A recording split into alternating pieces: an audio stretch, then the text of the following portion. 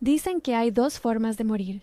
La primera es la que se pronuncia con la voz de la tierra, el cuerpo que calla, el aliento que cesa, los pasos que ya no regresan. La segunda es más dura de ver, la presencia que queda sin calor, la mirada que se extingue en vida, el hombre o la mujer que camina entre los suyos como un fantasma bien vestido. Alfonso de Valderrama, Alonso, para quienes en la servidumbre aún se atrevían a llamarlo por su nombre, conocía ambas. Había asistido a la primera junto al féretro de Isabel y ahora vivía dentro de la segunda, envuelto en cortinas que nunca respiraban del todo. El funeral había sido gris como un vidrio empañado. La iglesia aceptó el llanto con cortesía. La comitiva bajó por los senderos donde los tulipanes ya dormían, y las manos de los criados se movieron como engranajes mecánicos para cumplir con lo obligatorio. Alonso había permanecido erguido junto al ataúd, la corbata apretada por costumbre, los ojos centrados en un punto que no ofrecía consuelo. Un párroco dijo palabras que parecían hechas de papel, y luego el mundo exterior volvió a su pulso inalterable.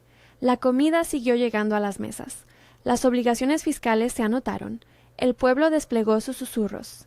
Pero en el castillo, las camas eran islas y los dormitorios cámaras cerradas al mundo. Alonso regresó a la habitación que él y Isabel habían compartido y la transformó en un mausoleo de costumbres. Cortinas echadas, lámparas que permanecían apagadas hasta que el rocío forzaba su luz, cartas ordenadas y luego olvidadas sobre un escritorio. Se negaba a dormir en el lecho que aún conservaba el perfume de Isabel.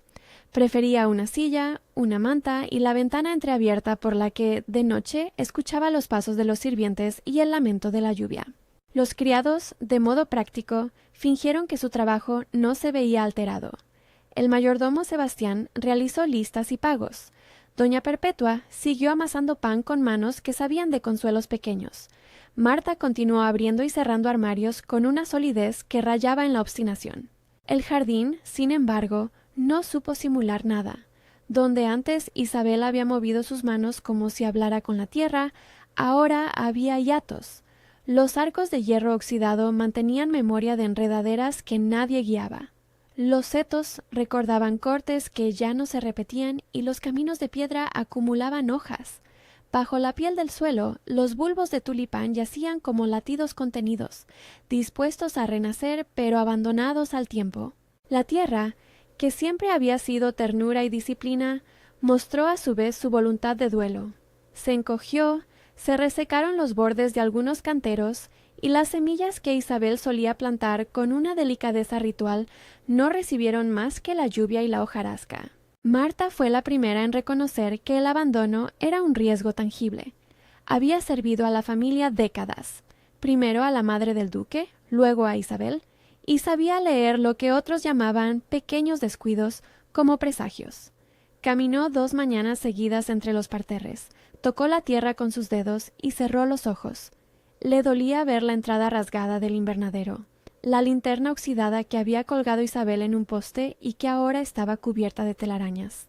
Las cosas se degeneran cuando nadie las mira, pensó, y en su boca esta sentencia sonó menos como sentencia y más como deber. Fue Marta quien produjo la solución práctica: contratar a alguien del pueblo, una persona que trabajara por las noches para no molestar al caballero y que trajera manos jóvenes que no conocieran las ruinas del recuerdo. No necesitaba una jardinera que hablara con el duque, quería a alguien que supiera arar, plantar, reconocer bulbos por su forma y su olor, que entendiera la paciencia de las raíces. Así llegó Clara Medina al castillo. Clara no era una heroína de novelas, ni la hija de un terrateniente. Era la hija de Ernesto, un labrador que había enseñado a su hija a doblar la espalda sin perder la ternura. Aprendió a sembrar en hileras, a medir el agua como quien alumbra una balanza sensible, a esperar que la semilla despierte sin tratarlas como urgencia. Venía de un pueblo de casas bajas, de panaderías donde las mujeres se conocían por el color del fuego en sus hornos, de caminos de barro que sonaban como un reloj cuando llovía. Tenía, además, una deuda que pesaba como un secreto heredado, un préstamo que debía saldar en 8 meses, una cantidad que su familia había pedido para curar una fiebre que vino a Ernesto y para sostener un invierno que fue demasiado largo. Clara llevaba esa fecha como un nudo en el estómago. 8 meses para devolver lo que no era suyo y para no dejar el pueblo con una sombra de culpa. La mañana en que Marta la encontró fue una de neblina. Clara vendía plantas en el mercado. Su puesto era modesto, un cajón de madera con bulbos envueltos en paños, y su voz, cuando regateaba, era clara y contenida. Marta la observó desde la distancia y vio las manos que se movían con decisión. Un trueque de miradas bastó para que Marta cruzara la plaza y hablara de lo que necesitaba. Ofreció una paga justa, un techo en el ala de los criados y una única condición: trabajar de noche. Clara aceptó sin teatralismos. Lo que necesitaba era un salario que le permitiera abonar la deuda. Lo que ganaba con la venta en el mercado era insuficiente. Marta le dio además una llave pequeña, una llave que había colgado en un gancho detrás de la despensa, y la instrucción precisa: nadie debía verla en la luz del día, y sí debía corresponder con alguien del linaje que fuese con Sebastián, el mayordomo. La llave calentó la palma de Clara como una promesa. La llevó a su lado con respeto. La guardó como quien conserva una receta familiar. Era cierto, trabajar en las noches le resultaba más cómodo. La oscuridad ocultaba el rostro del duque y le permitía a Clara atender la tierra sin expectación. Había, además, un placer secreto en avanzar de madrugada entre canteros somnolientos. La brisa tenía otro tono, más íntima, y el olor de la tierra subía como un secreto compartido. En el castillo, la vida continuó con esa doble cuerda: vida en apariencia pública y duelo privado. Sebastián recorría las arcas. Doña Perpetua seguía horneando pan del que se sentían los aromas en los pasillos, y Marta vigilaba la disciplina del orden. A veces, cuando el pan aún estaba tibio, doña Perpetua llevaba una hogaza a la cocina exterior y se la ofrecía a Clara con una mirada que no pedía explicaciones.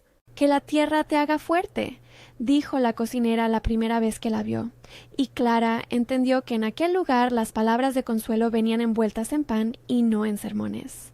Las primeras noches de Clara fueron de reconocimiento. Con una linterna de aceite, las que el castillo mantenía por si el viento apagaba las velas, descendía por la escalera de servicio con una bolsa de lona, un azadón, guantes de piel curtida y un celo de paciencia. La linterna arrojaba un cono naranja sobre los canteros. Hacía de su trabajo una coreografía de luz y sombra. Las piedras del sendero crujían bajo sus botas y, en la distancia, la cortina de la habitación del duque dejaba entrever una rendija por la que a veces salía un hilo de luz amarilla, un ojo de la casa que observaba sin mirar. La tierra, cuando se la toca con respeto, responde. Clara empezó por remover capas de hojarasca, por retirar raíces muertas, por aflojar el compás del suelo para que la lluvia lo penetrase. Encontró bulbos que, más de una vez, parecían husos de esperanza, duros, con una piel que olía a almendra y promesa. Los replantó en hileras, con la misma exactitud con la que su padre le había enseñado a disponer las semillas, ni muy juntos ni muy separados, para que cada planta tuviera su porción de cielo.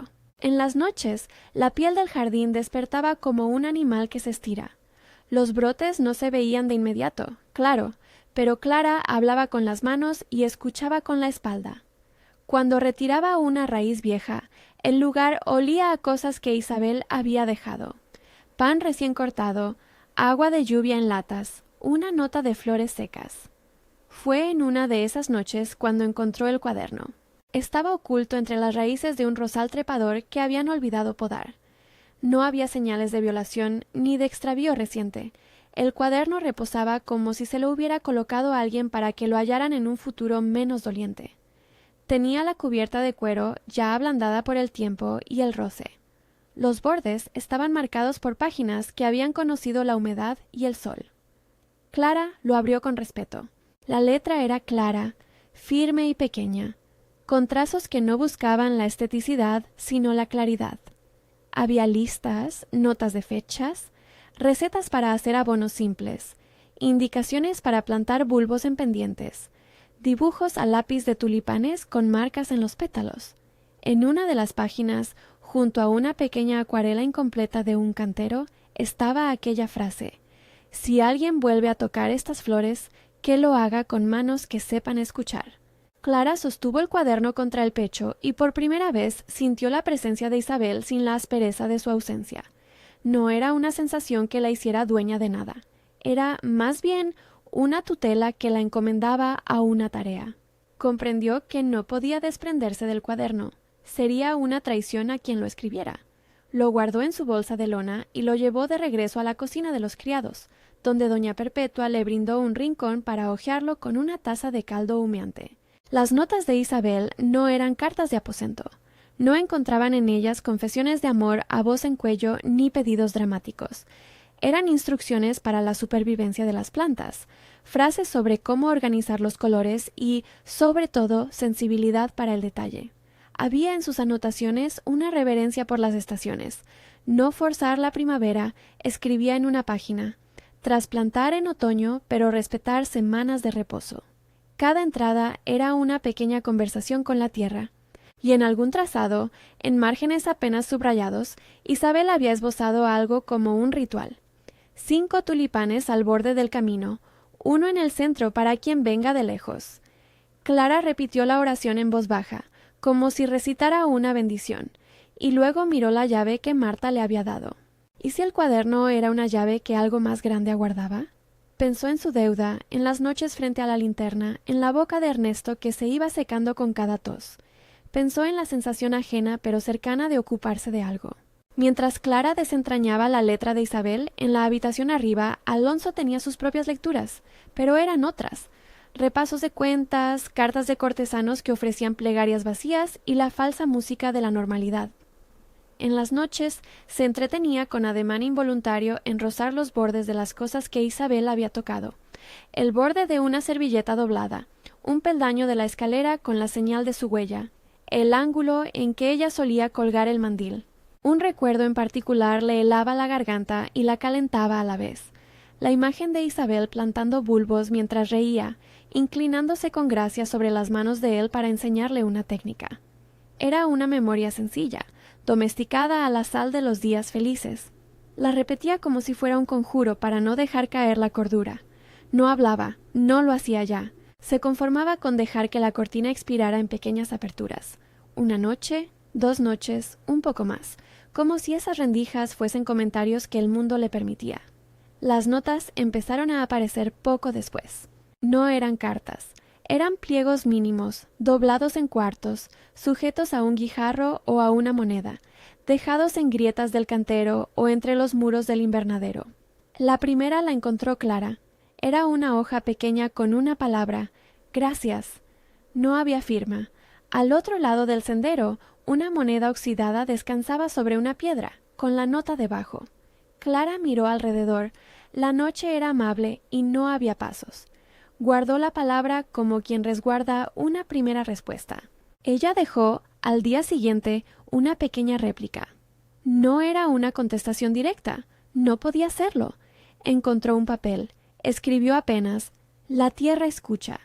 Lo dejó en el borde del cantero, sosteniéndolo con una hoja para que no volara. No firmó. Esa fue la forma en que comenzaron a cruzarse. Mensajes cortos como semillas. No hubo promesas ni revelaciones, solo una correspondencia por signos que respetaban el silencio. A veces Clara respondía con una nota que describía una parte del trabajo. Replanté el seto sur. Otras veces dejaba algún objeto. Una gema de vidrio que había recogido del mercadillo, un botón perdido que parecía pulir el tiempo. Alonso, por su parte, contestaba con detalles mínimos que sabían a reparación. Una corrección en la fecha de plantación, una cifra para el riego, una inicial apenas visible en la orilla de un papel. Sus notas revelaban a un hombre que volvía a participar a través de la cautela. En el pueblo la vida corría con sus pequeñas coreografías. Clara, de día, iba al molino con bolsas llenas de brotes que vendía a las mujeres del lugar. Regateaba con manos que conocían ese lenguaje. Escuchaba con honor las historias que envasaban la rutina. ¿Quién había casado a su hija? ¿Qué herrero había cambiado la herradura del caballo del arcipreste? Si la alcaldesa habría aceptado o no los impuestos. Era en el mercado donde la existencia de Clara se mostraba sin atuendos, con la oscilación de la bolsa en sus brazos y la voz menos contenida. Se cruzaba con gente que hablaba del duque como si fuera un paisaje importante. Algunos decían que volvería a ocupar su sitio en la ciudad, otros que jamás recuperaría el temple. Clara se mantuvo prudente. Su misión tenía un calendario, 8 meses de trabajo en el castillo, 8 meses para reunir lo necesario y marcharse si era menester. Pero cada noche, con la linterna encendida, entendía que las cosas se recomponían de manera más compleja de lo que había imaginado. El castillo fue un coro de voces que registraban sutilmente el cambio.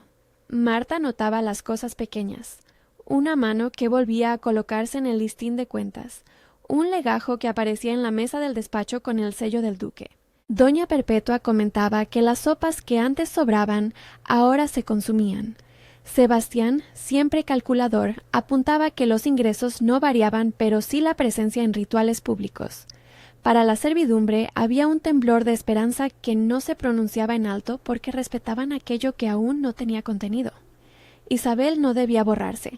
La memoria era un patrimonio que no se negociaba. Nadie quiso que la llegada de Clara significara olvido. Al contrario, Marta se aseguró de que el cuaderno quedara en custodia compartida y dio a Clara instrucciones sobre cómo leerlo con humildad y sin apropiación. Hubo, sin embargo, una noche en que la delicada red comenzó a tensarse. El invierno fue más corto de lo previsto, la lluvia intercaló días de sol y heladas, y una primavera temprana se insinuó con soplos de aire que olían a tierra removida. Clara notó brotes en el lado norte del invernadero, pequeñas puntas verdes que prometían flor. Sonrió, porque la sonrisa tenía en ella la fuerza de quien cumple con una tarea bien hecha. Pero aquel mismo día recibió una carta del pueblo que le recordó la cifra que debía saldar. Su madre, o una tía, le contaba que la pena de Ernesto había aumentado, que la fiebre consumía menos pero pedía medicamentos aún, y que los 8 meses no podían estirarse. Clara guardó la carta entre las páginas del cuaderno de Isabel cuando nadie la vio. La carta apretó su pecho como una mano fría. Mientras tanto, Alonso empezó a permitirse riesgos que eran íntimos y casi invisibles. Una tarde, recorrió el despacho y encontró entre papeles una nota suelta que Isabel había dejado. Regar con calma cuando el alba sea clara. Sonrió sin saber por qué. Fue un gesto mínimo, de aquellos que no cambian el mundo, pero sí una casa. Comenzó a dejar una vela encendida sobre la mesita del invernadero, apenas para que al abrirse la noche el brillo hiciera menos severa la oscuridad de las plantas. No salió a hablar con la jardinera, no tenía el ánimo para ello. Hizo algo que respetaba más su pudor. Dejó, en un recodo del jardín, una pequeña moneda con una inscripción: para los cuidados nocturnos. No buscaba recompensas, buscaba pertenecer de nuevo a un plano de acciones. Las notas se volvieron un lenguaje que les permitió acercarse sin herir la memoria. Ellas rehusaron la teatralidad, funcionaban como testigos de que ambos estaban todavía ahí, interviniendo las cosas. Clara consultaba el cuaderno como quien lo consulta a un sabio desconocido. En sus páginas encontró, además de instrucciones técnicas, fragmentos de vida doméstica. A Isabel le gustaba poner pan en la mesa al volver de plantar, dice uno de los apuntes, pues hace de hogar la estación. Clara llevaba esas frases consigo cuando, al final de su jornada, iba a la cocina y doña Perpetua le extendía un trozo de pan caliente. A veces las conversaciones entre criados giraban en torno a esos detalles, como si al pronunciar el nombre de Isabel se invocara una tregua que favorecía la reparación. Hubo un momento, uno apenas visible, que no mereció un brindis, en que una rama de tulipán rompió la superficie de la tierra. Fue una mañana fría, y Clara lo vio al abrir la tapa del invernadero, un brote fino, como una letra que empieza. Se llevó la mano al pecho y se quedó inmóvil. La tierra había respondido. No era un milagro, era una suma de cuidados, drenaje rectificado, compost hecho con paciencia, horas de atención en las raíces. Clara se permitió pronunciar aquella frase que Marta había repetido el primer día como un refrán: la tierra recuerda. Lo dijo en voz baja para que la noche se sorprendiera. En una de esas noches de marzo, al salir del invernadero, Clara encontró algo nuevo en el camino de piedra. Un tulipán puesto en el centro del sendero, una flor entera, sin marchitar, erguida como si alguien la hubiera depositado con un gesto solemne. Junto a él, una pequeña nota doblada que se sujetaba con una moneda. La nota decía apenas «por lo que haces». No tenía firma. El tulipán olía a jabón y a miel, olor que tal vez pertenecía a Isabel o a alguna mezcla que solo las manos del castillo sabían preparar. Clara recogió la flor con dedos reverentes. La colocó al borde de un cantero en un lugar donde podía observarla desde su rincón en la noche. No la llevó a su habitación. No lo consideró propio. Era un obsequio del que solo sabía que había surgido en la casa de los recuerdos. La flor encendió una serie de pequeñas decisiones. Clara empezó a cuidar canteros que antaño se habían descuidado. Reorganizó manuales del cuaderno y los dobló con cuidado. Sus noches se llenaron de ejercicios medulares: separar las semillas, marcar los rostros de la tierra. Había también la sombra de su deuda y los días que iban descontando las horas hacia el pago final. Más de una vez pensó en irse, en volver a sus ventas en el mercado, en juntar poco a poco trabajando en parcelas de campesinos vecinos. Pero algo la sujetaba: el descubrimiento, la posibilidad de entender la trama que Isabel había tejido, y tal vez la sensación íntima de ser útil a una casa que guardaba una herida. El castillo, por su parte, se movía entre la expectativa y la costumbre. Se celebraron juntas cortas en las que las criadas intercambiaban confidencias. Marta hablaba de los plazos, doña Perpetua comentaba que el pan salía mejor con más agua fría. Sebastián anotaba los movimientos. Nadie, ni siquiera el duque, podía pronunciar en voz alta que aquello que ocurría era un renacimiento. Era mejor llamarlo arreglo, todo con sentido. Y sin embargo, en las noches, cuando la linterna barría los canteros y Clara hojeaba el cuaderno de Isabel, el mundo exterior parecía reducirse a una conversación entre tres: la tierra, la memoria y las manos que aún no sabían si pertenecían a un nuevo comienzo. El lenguaje de las notas permitía que no hubiese engaño. No era un romance que se buscara con urgencia. Era, sobre todo, la lenta sutura de una casa que necesitaba volver a respirar. Llegó un instante en que la tensión se hizo visible. Clara encontró, en la última página que aún no había leído del cuaderno, una fecha con una indicación: marzo. Revisar el sendero central. Plantar 5 tulipanes en el borde. El del centro, para quien pase en sombra, debe ser de rojo. La página tenía una mancha de vino seco que cortaba la letra en diagonal. Clara contó los meses en su mente, aquellos que su carta del pueblo le recordaba como cuentas a pagar y los que el cuaderno pedía como tiempo de espera. La primavera avanzaba. Sus 8 meses eran una delgada cuerda que, al tensarse, amenazaba con romper el resto de la trama. Esa noche, al volver de la cocina con un pedazo de pan envuelto en tela, Clara encontró otra moneda en el cantero sur. Sujetaba un papel que decía: «No pretendas nada que no sea justo». No era una admonición. Sonaba más como un consejo. Clara lo leyó y dejó la moneda en el mismo sitio. No la tocó. Tal vez por orgullo, tal vez por respeto. Subió las escaleras con la sensación de que alguien, arriba, aceptaba ese cotejo silencioso. Se tumbó en la cama de los criados, con el cuaderno de Isabel abierto sobre las rodillas, y pensó en cuánto podían tardar las cosas en volver a la normalidad y en cuánto peso tenía una palabra tan pequeña como gracias. En la cocina, doña Perpetua observó el creciente interés de Clara por elementos que otros creían perdidos. La vio abrir el cuaderno con el respeto de quien abre una caja de costillas antiguas. La vio regar con la paciencia de quien espera una carta. Y en un gesto cómplice, una mañana, le dejó sobre la mesa un trozo de pan con manteca y una nota. «Si necesitas más tiempo, dilo». La nota no estaba firmada, pero Clara supo que venía de las manos que a lo largo de los años habían sostenido la casa con silencios alimenticios.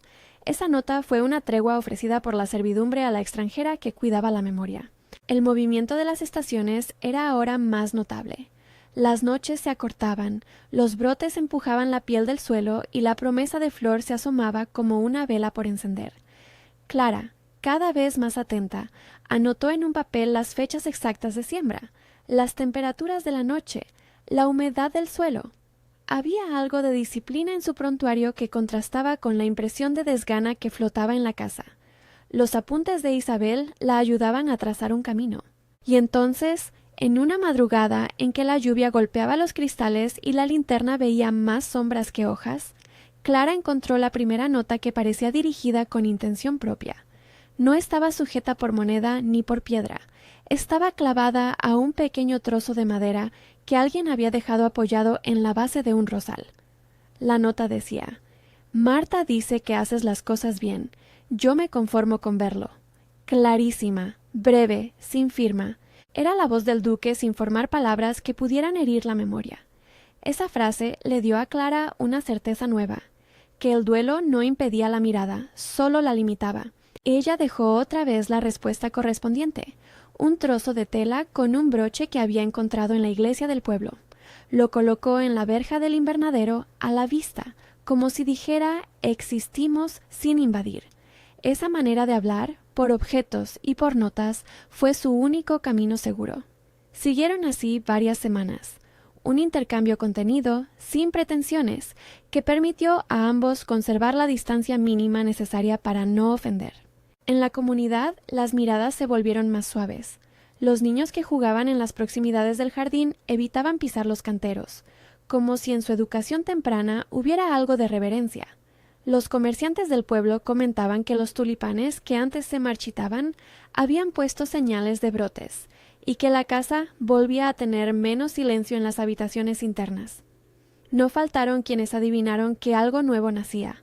Otros murmuraron que todo seguiría igual. Pero allí, en las notas y en los gestos, hubo una reconstrucción que no necesitó de grandes proclamas. Isabel seguía siendo memoria, y la nueva presencia no la borraba, sino que se apoyaba en ella. Sin embargo, el problema económico que pendía sobre Clara, esa deuda que venía con un plazo inamovible, no se hubiera perdido con la proyección de brotes. Lo recordaba en la palma de la mano como quien lleva una cicatriz. Tenía 8 meses y la primavera avanzaba con promesas de flores, pero no de dinero. Cada vez que enterraba un bulbo, una voz mínima en su interior le recordaba que la recompensa de flores no alimentaría a Ernesto ni pagaría las cuentas. Era una disonancia que la hacía más humana y más prudentemente decidida. De hecho, una tarde al volver del mercado, con bolsillos menos llenos de lo que esperaba, cerró la puerta del cuarto de los criados y pensó en la posibilidad de marcharse antes de que llegara el punto de no retorno. Esa idea, la de irse, chocó contra otra: el insoportable deseo de saber cuál sería la vida si el jardín volviera a florecer de verdad. No era un deseo romántico ni una sed de posesión.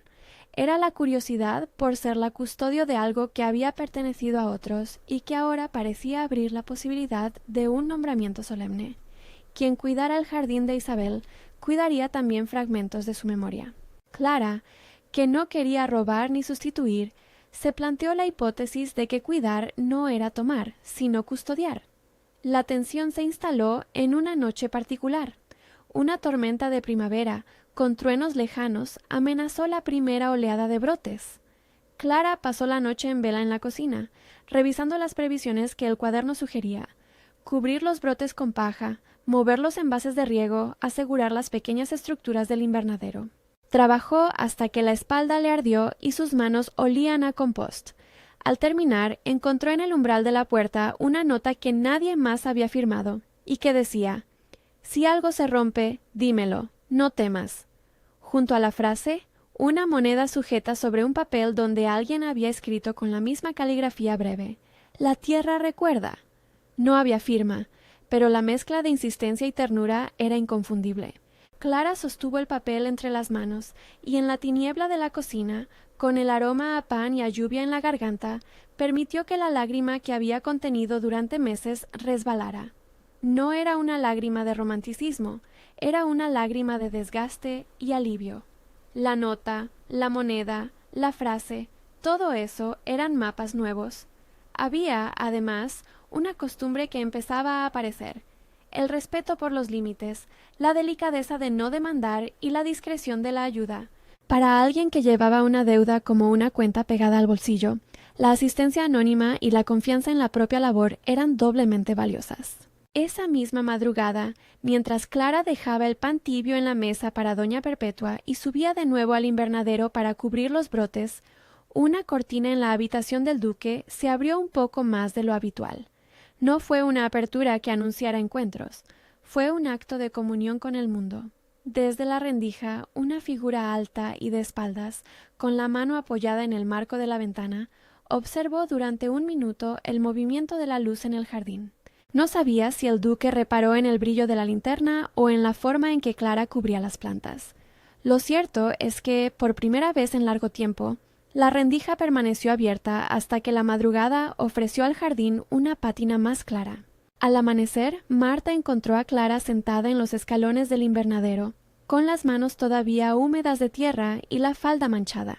La miró y luego señaló la rendija abierta hacia el despacho alto. «¿Lo ha visto?», dijo Marta sin dramatismo, como si esa constatación fuera la más natural de las noticias. Clara asintió. No había palabra de más. La certeza bastó. Mientras el sol hacía su primer barrido, Alonso bajó del despacho con una hoja en la mano.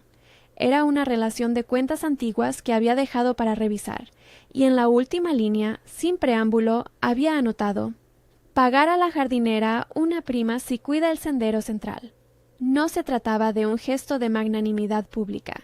Era la forma en que un hombre que no sabía todavía pronunciar el prójimo en voz alta ofrecía algo que sabía medir: gratitud convertida en cifra. Sebastián tomó nota con su habitual calma administrativa y no preguntó más. Había una discreción en la casa que prefirió el silencio al rumor, pero la historia aún no estaba lista para resoluciones. Los brotes prometían, la deuda pendía, las notas seguían cruzándose como testimonios de que algo estaba ocurriendo.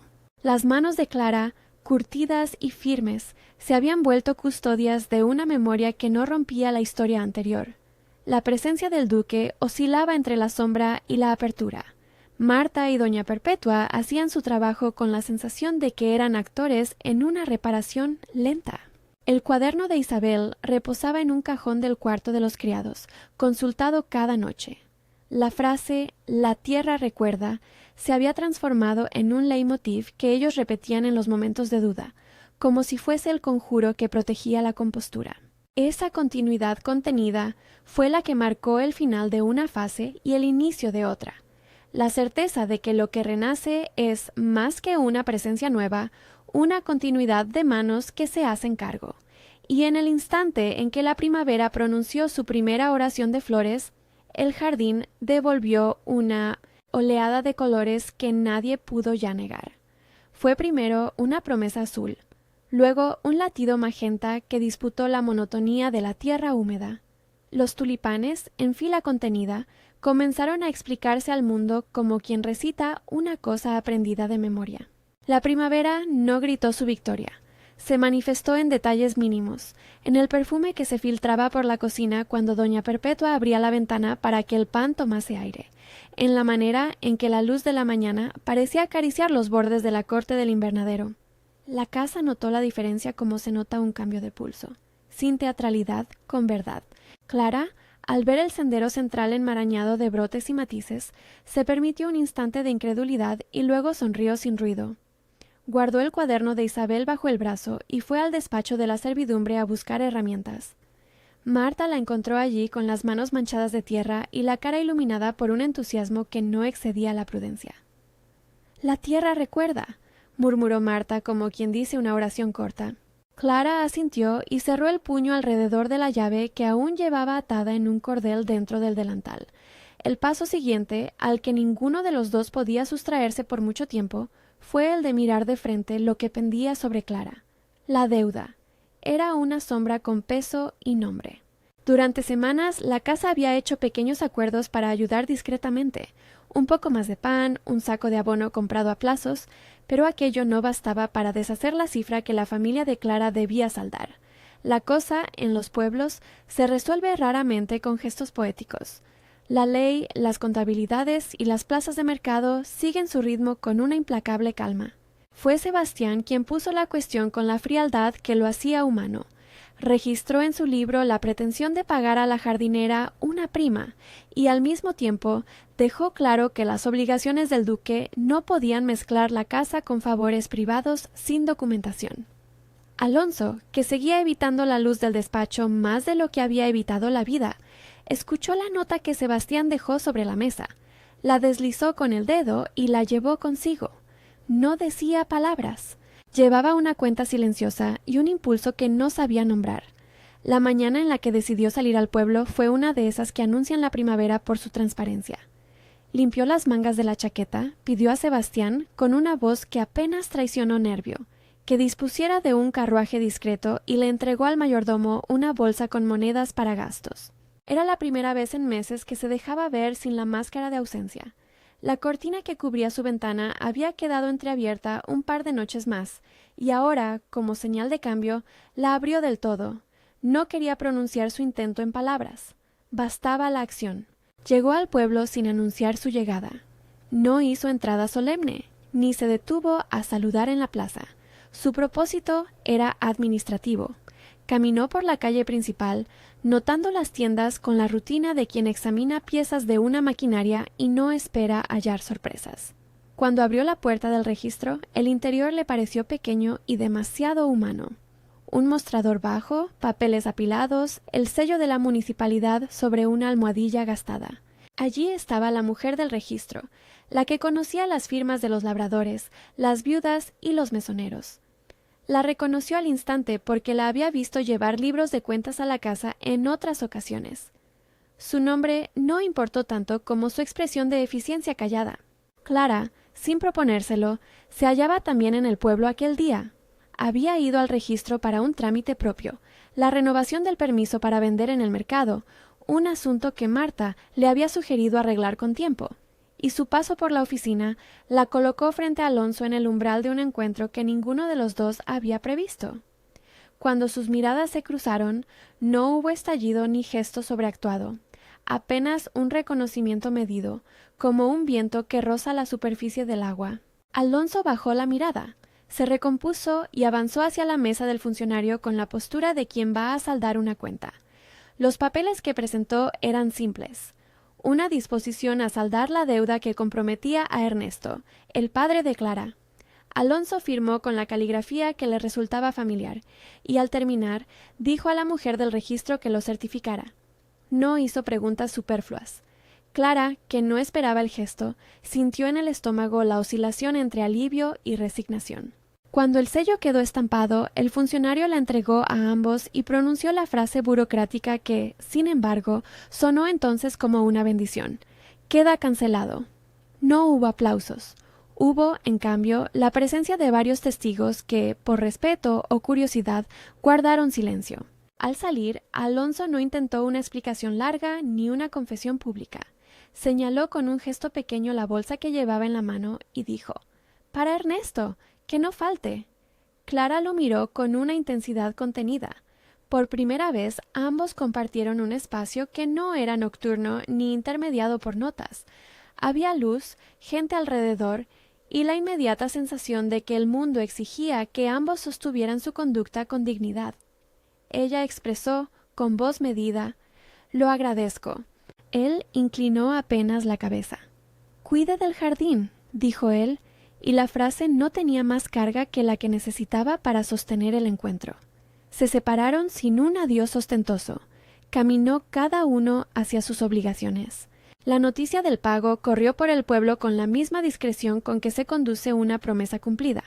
Los panaderos la mencionaron entre dos pedidos. Las mujeres del mercado la comentaron mientras envolvían hortalizas con papelito de estraza, y los niños que jugaban junto a la fuente la repitieron como un juego nuevo. Para Clara, la cancelación de la deuda fue una puerta que se abría y cerraba al mismo tiempo. Alivio y vértigo. Podía quedarse si así lo deseaba, pero ya no por coacción.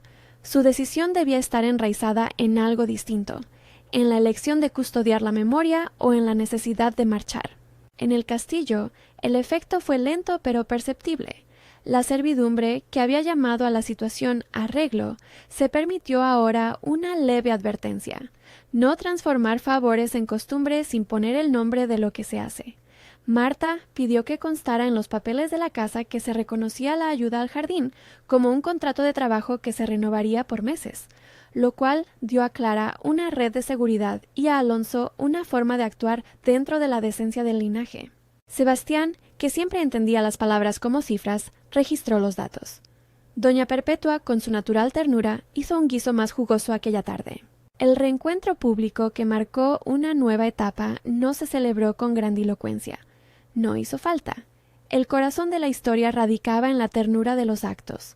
Alonso, tras aquel viaje al registro, permitió que la rendija de la cortina quedase abierta no por curiosidad, sino por convicción. Empezó a bajar más a menudo al despacho, a sostener conversaciones más largas con Sebastián sobre asuntos del condado, a escuchar relatos de los labradores sin la desidia con que antes los rechazaba. No se lanzó a reconstruir su vida sentimental como quien cambia de hábito. Volvió a ocupar su lugar, paulatinamente, con la lentitud de quien aprende a caminar sobre terreno que ha estado sin pisar. Clara, por su parte, decidió quedarse. No fue una decisión tomada en un momento litúrgico, fue un cúmulo de razones.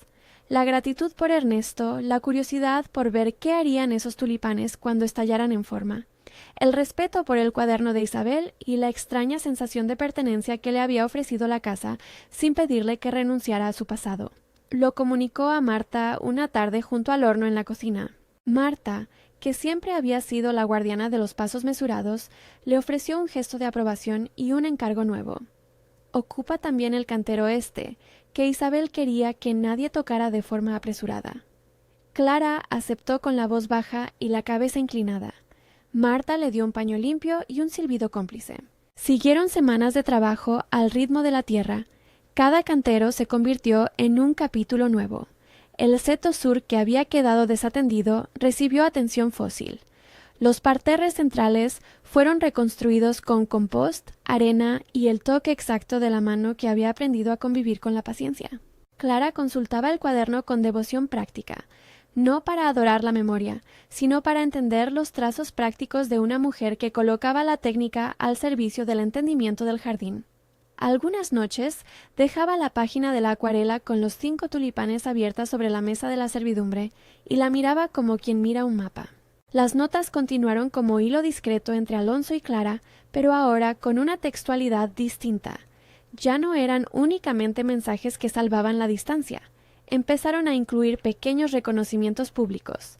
Una nota pegada al marco de la puerta que decía «Buen trabajo con el seto sur», un pliego doblado con instrucciones culinarias de doña Perpetua para reparar un pan que no subía, un par de guantes nuevos dejados junto al azadón. La relación, si puede llamarse así, no buscó definiciones explosivas. Se tejió con actos y con límites. Cuando Alonso dejó una moneda con la leyenda «Para las compras del invernadero» en el borde de la mesa, lo hizo con la voz de quien vuelve a ser útil en cosas pequeñas. El momento de tensión mayor volvió a aparecer en la forma de una prueba climática, una helada tardía que amenazó la primera oleada de tulipanes. Clara pasó la noche cubriendo con paja los brotes más vulnerables, atando con tiras de tela los recodos del invernadero para que el aire no se colase como cuchillo. Cuando amaneció, algunos tallos estaban doblados, otros resistieron. La casa respiró con alivio. En la mañana, doña Perpetua preparó un caldo espeso para quienes habían pasado la noche en vela, y la servidumbre se sentó junta a la mesa larga como si aquella fragilidad climática hubiera recordado a todos que el cuidado es cosa colectiva. Isabel era nombrada en esas comidas, no con solemnidad, sino con la naturalidad que tiene el recordar a quien sirvió y enseñó. El clímax de la historia que había tejido la correspondencia de notas ocurrió no en un salón ni en un gesto teatral, sino en la sencillez de la vida común. La aparición de una nota al borde del sendero con la frase que cerraría la distancia entre lo privado y lo público. La nota estaba sujeta a una piedra redondeada, y junto a ella un tulipán colocado con cuidado. La frase, que ya muchos conocían por haberla oído en otros papeles, decía: «Gracias por sostener lo que Isabel amó». No llevaba firma. Era, sin embargo, la confirmación de que el gesto de Clara había entrado en la casa con el respeto que exigía el recuerdo. No fueron fuegos artificiales los que sucedieron, fue la suave reaparición de la costumbre. Alonso comenzó a asistir a algún acto en el pueblo. Una subasta menor, la bendición de un nuevo horno en la panadería, una visita a los campos. No se convirtió en el hombre de antaño que hablaba sin parar de sus títulos. Volvió a ser un duque que sabía cuidar y estaba aprendiendo a escuchar.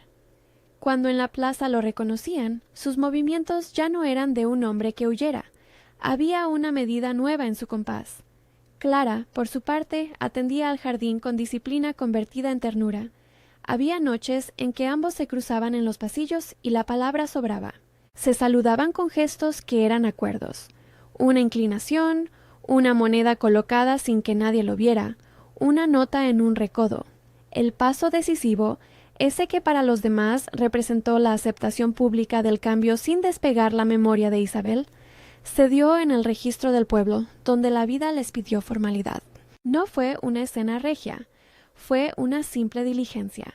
La firma de un papel que reconocía la figura de Clara como jardinera oficial del ducado, con una remuneración estable y con la condición de que cuidara el jardín conforme a las indicaciones del cuaderno. Sebastián lo redactó con su firme caligrafía y se lo presentó al duque para la rúbrica.